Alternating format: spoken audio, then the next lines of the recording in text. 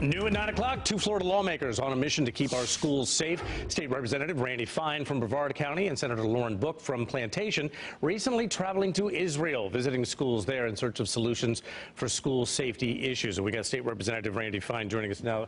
Randy, good to see you. Good to see you. And I know we've got President Trump and Theresa May standing by, so we may cut to them in just a moment. Understood. But meantime, of a place that you could go to find out about school safety in Tel Aviv, in Israel, these are schools that are under constant threat, and the security there is incredible. What can we learn from how they're keeping their schools safe?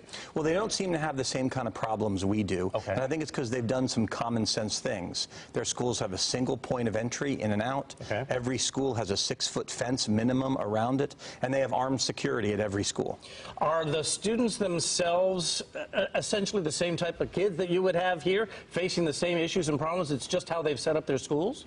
I think so. Okay. They reminded me of my boys. I have an 11-year-old and a 7-year-old, and Right. It was great to see those kids. I think one other difference, though, is they don't seem to be concerned about potential stigmatization. When they see a problem with a child, they handle it. And as we know with Nicholas Cruz, he slipped through a lot of cracks where we could have caught the issues earlier. Everything that I've read, though, seems to indicate that these are kids that have grown up essentially with security being top of mind. You've got 4-year-olds that know how to get into bomb shelters there, correct? That's right. I mean, we toured the bomb shelter in the school. In fact, there were students holding class in the bomb shelter because the school was under construction. And this was not a whitewashed bomb shelter. I mean, it was a little bit scary just being in there. So these kids grow up under different kinds of stressors than we have here. That doesn't mean, though, we can't learn from the lessons of what we saw. Is there something that you would try to implement that you learned from there? Maybe take one thing that you saw there you'd like to see done here, and whether or not you might get some pushback on that?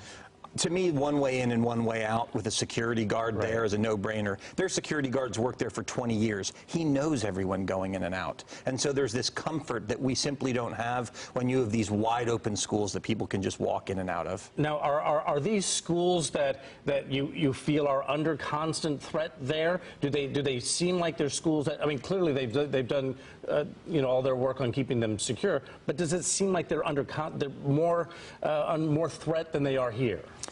I would say this. It's a dangerous area. Security is part of the culture.